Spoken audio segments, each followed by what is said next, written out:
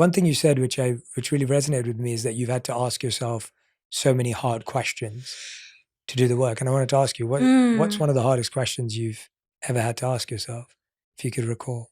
Well, the first one that comes to mind, and then maybe I'll dig for a deeper or different one, is like to have to admit to myself or ask myself the question of like, you right now have the career and the life that like looks like the dream, but are you really happy, Emma? Are you really healthy? Are you really happy? Like, is this really what you want?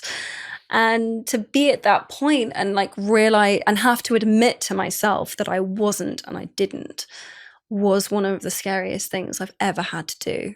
Because, you know, I basically had to ask myself on a daily basis, like, I felt like I was crazy. And walking away from something without knowing what you're walking towards was not having the answers, but leaving something that was that the world considered to be such high value, such a high value kind of moment in my professional life and career. I think that was sitting with that was a real moment of reckoning of like, can you tell yourself the truth? Can you live with your truth?